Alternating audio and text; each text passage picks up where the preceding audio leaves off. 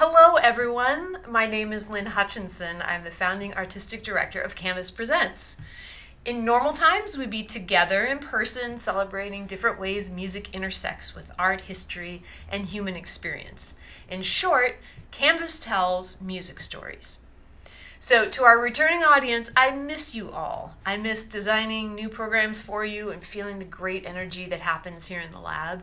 It's been so long since we've had a live show, I'm pretty certain there's a family of squirrels living inside the piano. But we continue to lean on silver linings, like the opportunity to interview musicians and share their stories with you. Vox Femina is a musical ensemble here in Los Angeles. In existence for 25 years, Vox is a vibrant and unapologetic platform for women's voices. They prioritize inclusion, quality music making, and advancing the future of choral music with a fierce commitment to commissioning new works. Last November, Vox produced a stunning premiere of one of those works. The Suffrage Cantata by Andrea Ramsey is an extended musical exploration of women's suffrage. The piece invites deeper understanding of the efforts and sacrifices made by women to be able to vote. The impeccable production, available on demand still, features a breadth of scholastic input. And given the restrictions of putting it all together during a pandemic, it's also a demonstration of victory over circumstance. Next Sunday, April 18th, Vox is releasing another digital performance. This program, titled I Dream a World, features a piece in Farsi about a refugee journey to find home and a digital collaboration with a Hawaiian choir. Very cool. In anticipation of this new offering, I caught up with founding artistic director, Dr. Iris Levine. I hope you enjoy our conversation on the power of female voices and the beauty of coming together in song.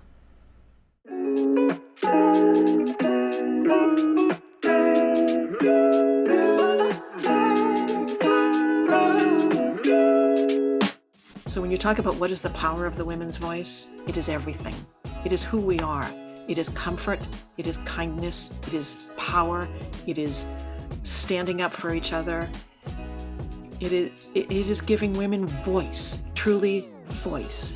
For 25 years, Vox Femina has provided a brave space for both singers and audiences to hear women's voices through pieces old and new. Of what we knew we wanted to do, bring new works into women's repertoire.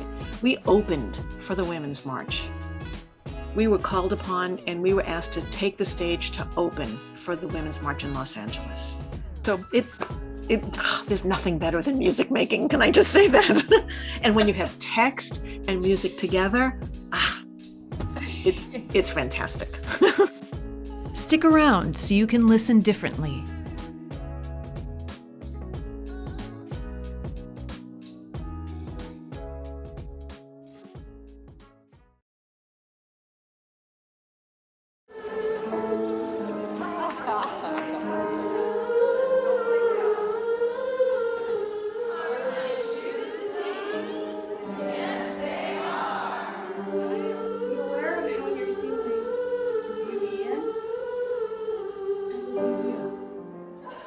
Ladies and gentlemen, Vox Femina, Los Angeles.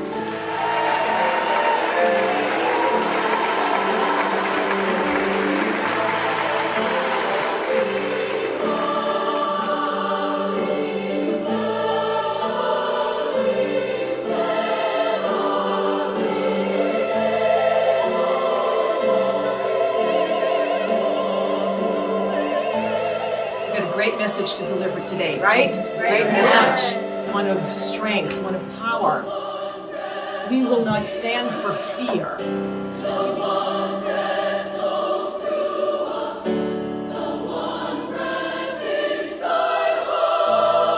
continue to give women voice, because that's what we do. You line up, please.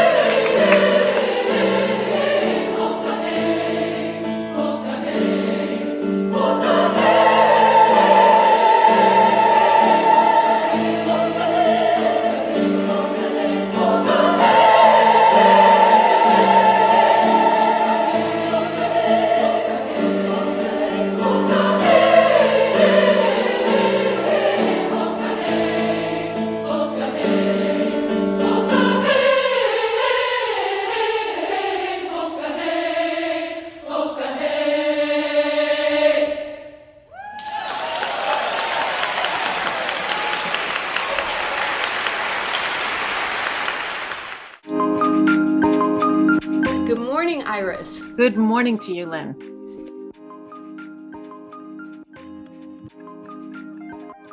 It starts at the top with the LA Master Chorale.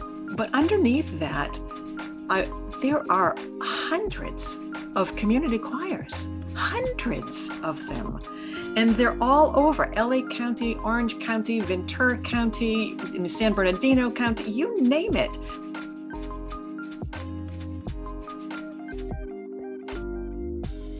Everything from come one, come all kind of thing, so you don't have to audition, but it's really about coming together as a community and singing, to those which are highly auditioned. And I would consider Vox one of those groups. Most people, if they were to think about choral singing and thinking about choirs, then they are thinking about what you refer to as a mixed gender group, a mixed ensemble of being usually 4 different voice types: sopranos and altos in the female voice, and tenors and basses in the male voices, with sopranos being the highest voice in female voice and altos being the lower voice, and then tenors being again the higher voice in male singers, and the bass being the lower voice. That's a typical, if you went to a church choir, a synagogue choir, those kinds of things, you'd typically see a mixed choir like that. Vox Femina is sopranos and altos. And within that, though, we also have those who sing the higher soprano parts and the lower soprano parts. So we name them as soprano 1s and soprano 2s, and then alto 1s and alto 2s. Some name them as mezzos for the middle voice, so it just depends upon how we divide the voices up.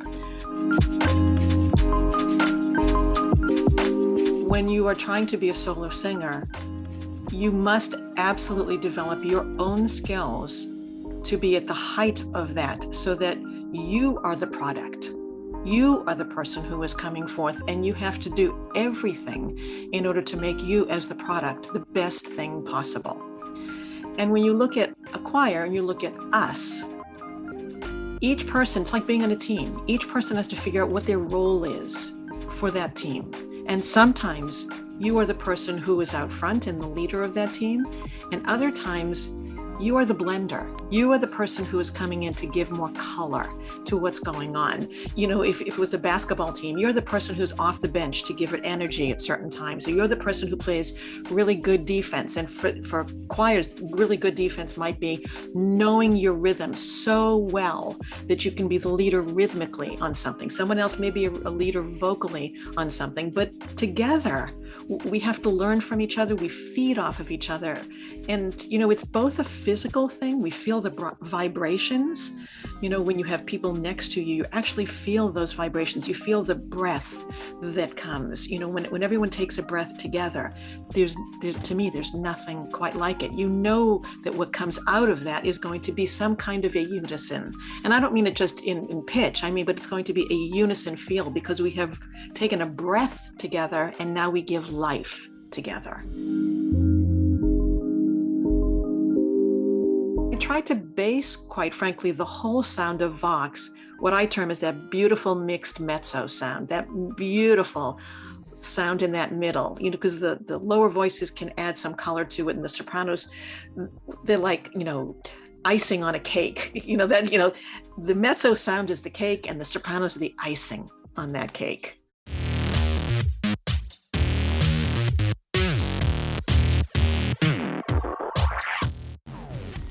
Altos.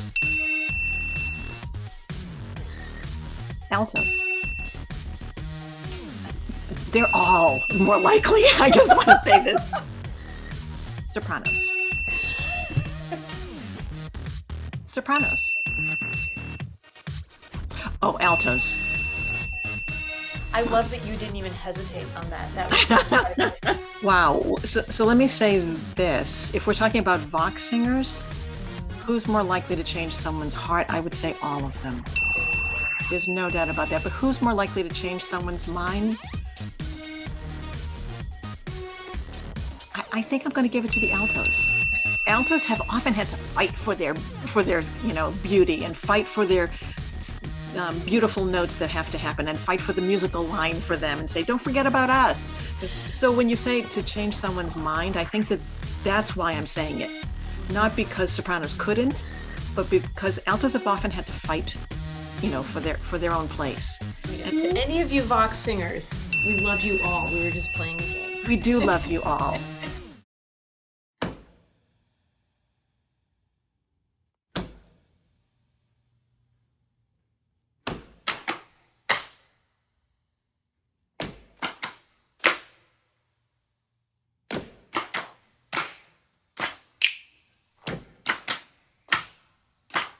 What happens when a woman takes power?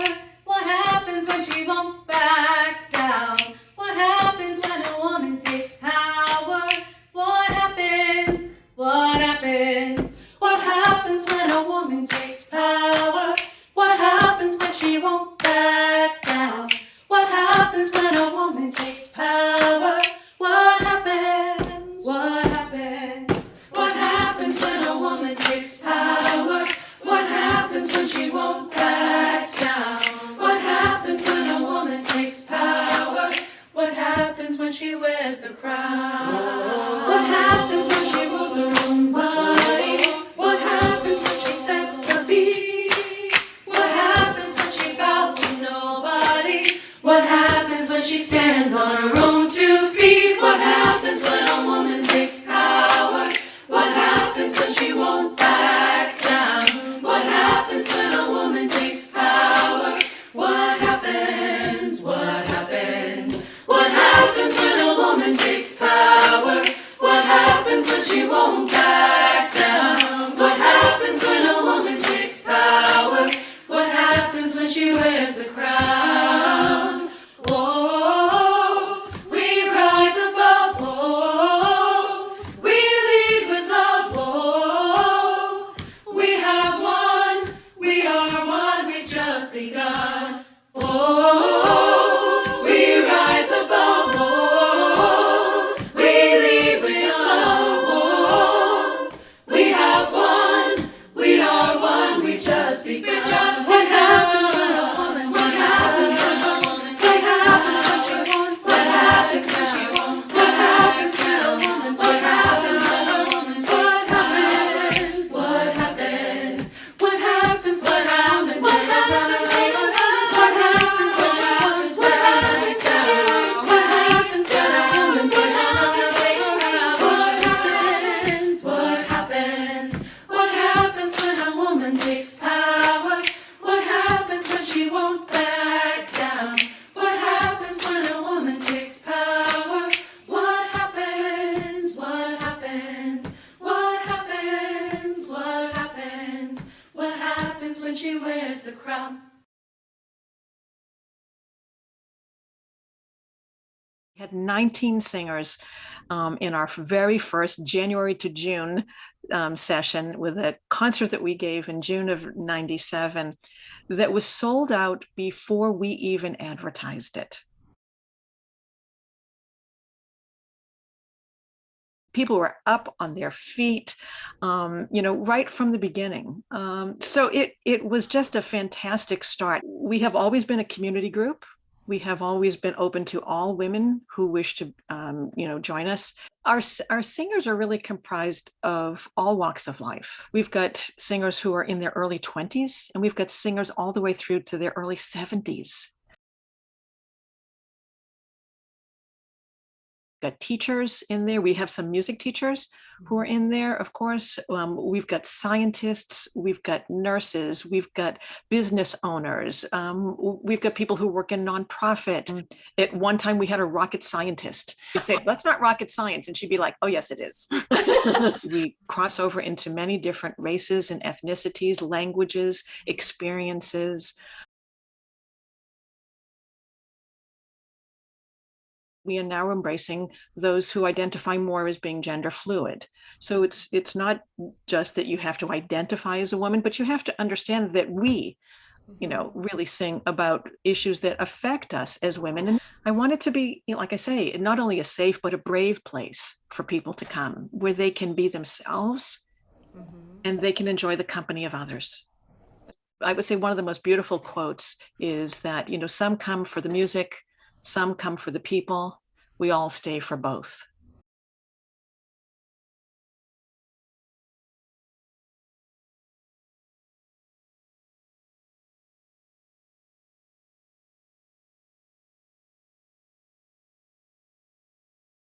A few years back, I was diagnosed with cancer.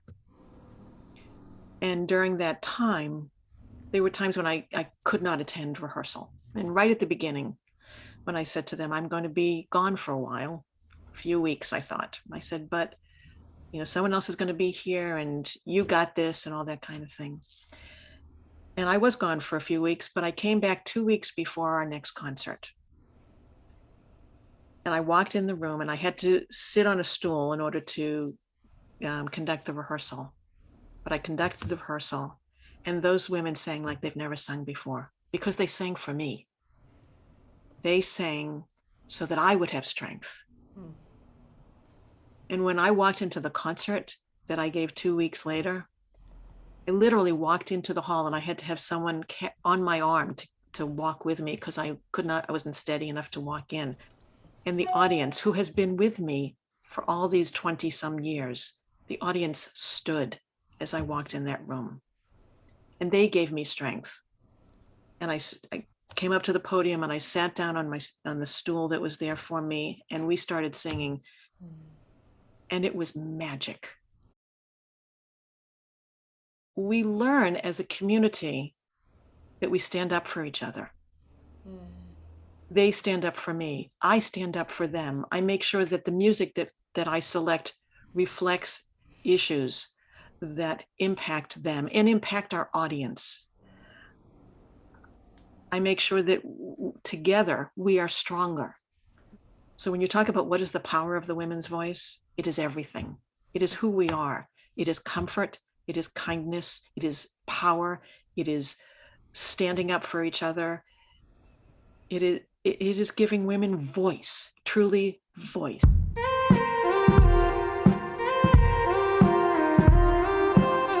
Pick any composer, and some never wrote for women's voices. And so I always knew that I wanted to bring new works into the repertoire. From day one, it was part of what we knew we wanted to do, bring new works into women's repertoire, into the repertoire for women's choruses. And the reason for that is, if you look back in history, there are very few, in comparison, I'm not saying that there aren't, but there are very few pieces that over time have been written for women's chorus. One of the things that I am most proud of is our history of commissioning new works. Vox has commissioned nearly 50 new pieces in our almost 25 years together. And when you composers, and to ask them to help bring not only new works to life, but new stories. We also have worked with composers to tell the stories, of people that might not have been told before.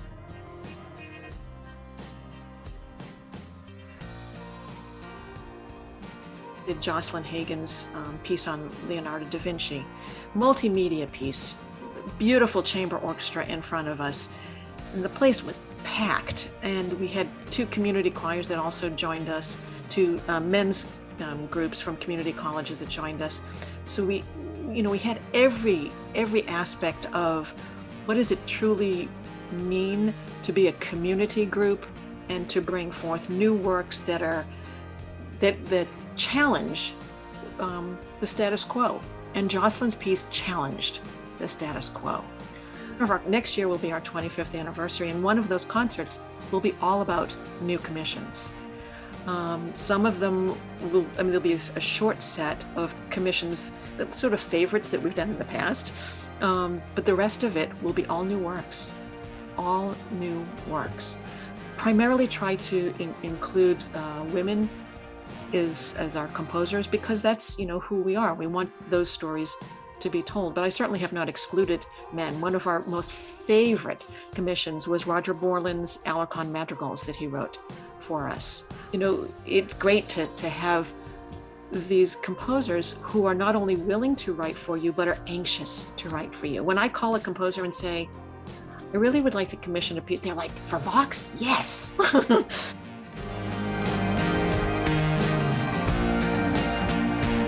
I actually, for many, many years, it was 6-7 years or so, that I served as the national chair for women's choruses for the American Choral Directors Association. And within that role, I wanted to ensure that we were bringing new works together. So I actually had about 30 to 40 choruses at a time invest in these ACD, what we call the ACDA Women's Consortium.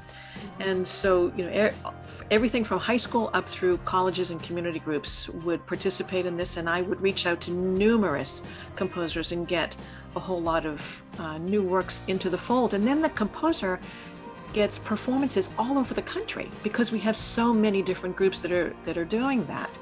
And even the suffrage cantata was a consortium. It wasn't just for us. We were the ones who performed it first, but we did it by film. It wasn't a live, kind of performance. And there are others who are working on it right now, who are even in touch with me and say, so tell me about, what did you do here? What do you think? That's one of the great things about music making, is it's not going to be exactly the same each time. And so when you have a consortium, there's a group of people who might talk with each other and say, what do you think about this? And those are the wonderful conversations. How did you interpret that? Oh, I thought the text meant this. No, I thought the text meant this. But look at the way she wrote the text. We got a little emphasis here. What do you think about that? It's great, intellectual and musical and stimulating kinds of conversations. And then you bring those conversations even into the rehearsal. So there's nothing better than music making. Can I just say that? And when you have text and music together, it's fantastic.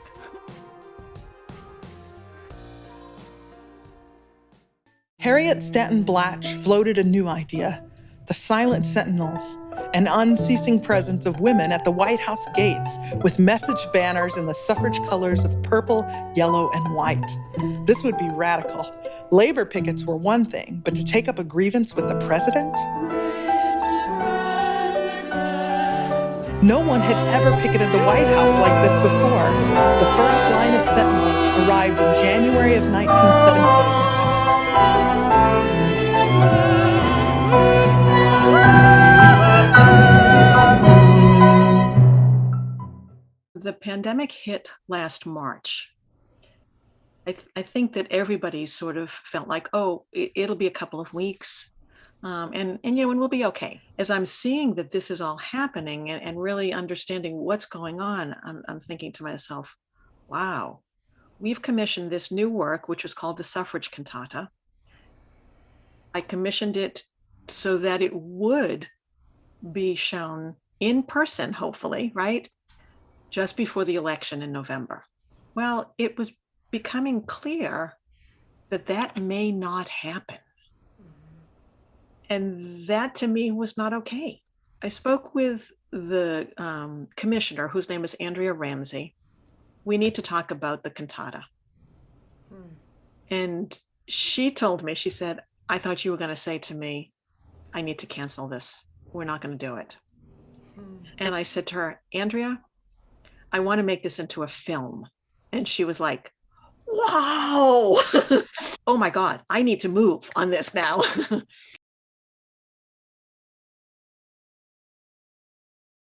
Filming the singers on different locations, but we could we had to separate them. They couldn't actually sing at the time. They could only lip sync through this. Plus, we could only have 8 to 10 singers at one time because of the space. So we had to do this 4 different times with 4 different groups coming. And then this was accompanied by string ensemble, 2 percussionists, and piano. So I had to go into the studio to be able to record them as well to add to this track, and then putting it all together. It was like a huge production. But let me tell you, I am incredibly proud of the outcome of this.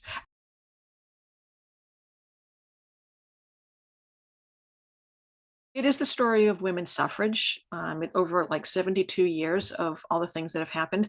But let me tell you, the story is not what you would consider the same one as being told in the storybooks, right? We all came through history, and there's this little paragraph about women's suffrage, and you heard about Susan B. Anthony, and that was it. This tells the story from many different women of color as well. Susan B. Anthony is certainly a part of the story, but so is Ida B. Wells. Ida B. Wells is a major portion of this story. And there are many other women of various ethnic backgrounds that are also part of this story. And it talks about some of the, quite frankly, the atrocities that women went through in order to obtain, and I want to say fight for and obtain the right to vote. But we know that not all women got the right to vote at that time, right? I mean, African-American women didn't get the right to vote for many, many years later. Those who are, I want to say, less than able, disabled, or handicapped, some of those women didn't get the right to vote until the 1980s. We don't even know that part of the story, right? This story tells it all. For anyone who is considering to know the true history of women's suffrage, come watch this.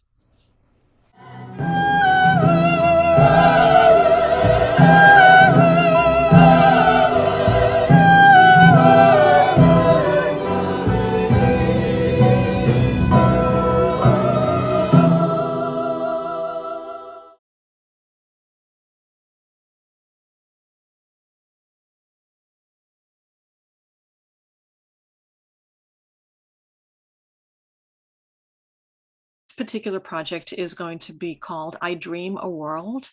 It is based upon the Langston Hughes poem, which he wrote, I Dream a World.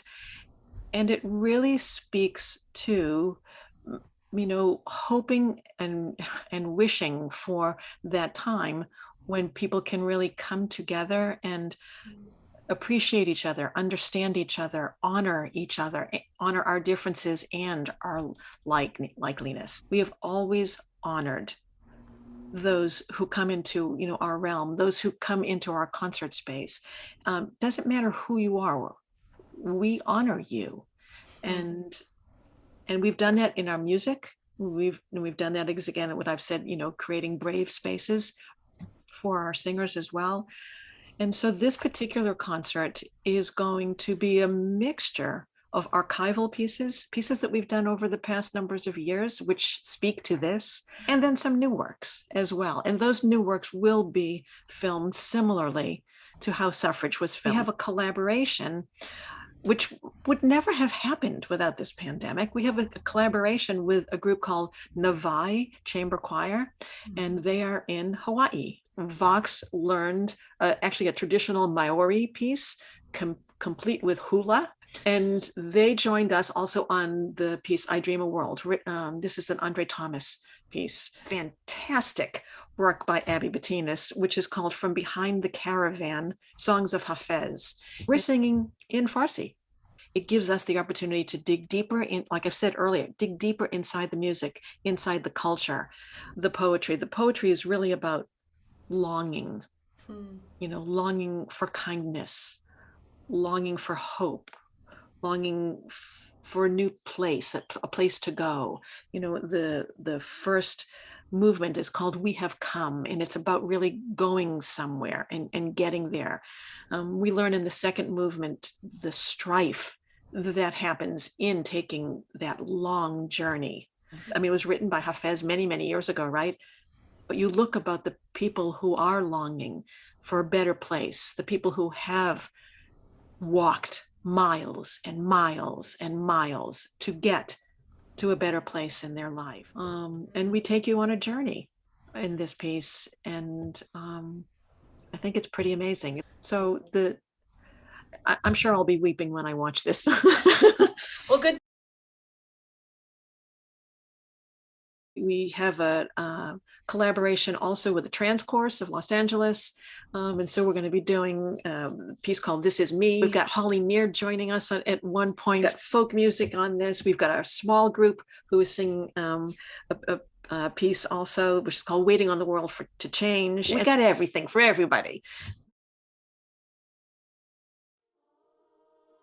I think the audience, I will say, is grateful for bringing music to them that both entertains and educates them. Our singers are proud of the fact that the bar continues to get raised, that the things that we do call upon their very best, and they must lift to that. Our singers are proud of the new commissions, and as our audience, proud of the women most of all. We have a very committed board, and our executive director and our accompanist is beyond fantastic. She's my artistic partner. There's no doubt about that. Proud that we are going to be reaching our 25th anniversary, and we are strong, and we will be here for another 25 years at least. Well, Iris, thank you so much for being here. We look forward to hearing your next concert. Thank you so much. It's been a pleasure to be with you.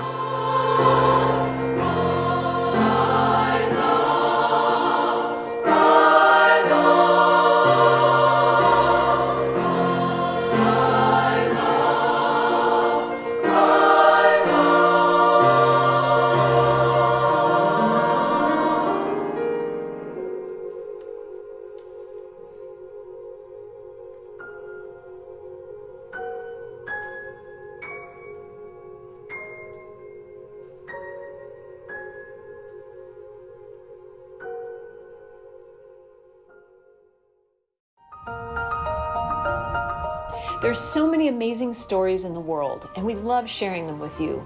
Donations from viewers make it possible. If you like this show and want to see more, please click the donate button below or visit our website, canvaspresents.org. Thank you.